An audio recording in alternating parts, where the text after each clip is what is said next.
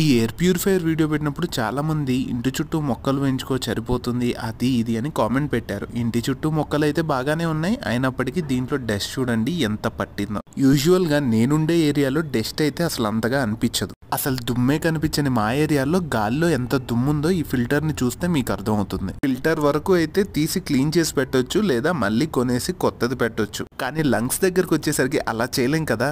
So చెట్లు వీలైనన్ని నాటండి, మంచిదే. కానీ నాటేవాడు ఒక్కడైతే నరికేవాడు 100 మంది అవుతున్నారు. సరే కదా, అందరూ ఎయిర్ ప్యూరిఫైయర్ అంటే అఫోర్డ్ చేయలేరు కదా అని చెప్పి ఏసీకి యూజ్ చేసే ఎయిర్ ప్యూరిఫైయర్ వీడియో చేస్తే అక్కడ సేమ్ కామెంట్ చేసిన వాళ్ళైనా చేయబోయే వాళ్ళకైనా నేను ఒక్కటే చెప్తున్నాను. నేను ఒక రైతు కుటుంబం నుంచి వచ్చాను, నేను కావాల్సిన చెట్లే నాటాను. ఎన్ని నాటినా ఖరాబ్ చేసేవాడు ఉన్నప్పుడు మన్ని మనం కాపాడుకోవటానికి ఇవన్నీ యూజ్ చేస్తున్నాం. ఇంతకీ మీలో ఎంతమంది అట్లీస్ట్ ఒక్క చెట్టైనా నాటారు? నాటితే కింద కామెంట్ చేయండి. ఇంతవరకు నాటలేదా? ఇంకేం చూస్తున్నావు భయ్యా? ఇప్పటికైనా ఒక్క చెట్టు నీ వంతుగా పెంచు.